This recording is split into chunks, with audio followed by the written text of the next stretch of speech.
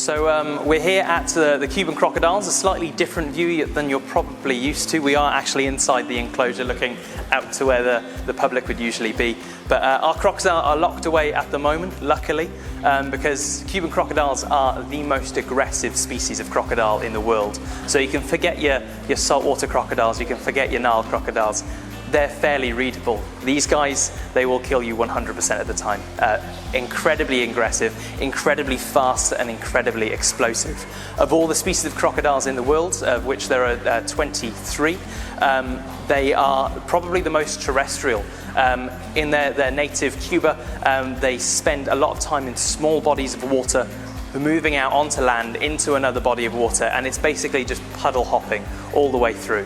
So very, very fast, that if you ever have the opportunity to see them walk, they will stand almost bolt upright, legs right underneath them, and a very sort of smooth movement. Absolutely incredible to watch. But at a moment's notice, they can start galloping, and they can actually run up to speeds of 20 miles an hour on land. So nothing to be laughed at all. Sadly, Cuban crocodiles were once found throughout the Caribbean islands, but they are only found in their native Cuba now, in one single swamp, the Zapata swamp, and that is it, nowhere else in the world.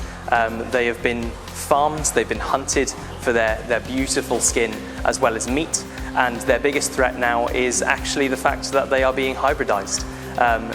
The slightly larger American crocodile has been released into their native area, and they've started hybridizing. So within the next sort of 10, maybe even 15 years, we won't have Cuban crocodiles out in the wild. There is only around 3,000 left at this moment. So having these guys at the park as a part of an EEP, a breeding program, is a huge achievement. So unfortunately, the crocodiles are closed at the moment due to social distancing, but they're here, they're ready, they're waiting for you to come back.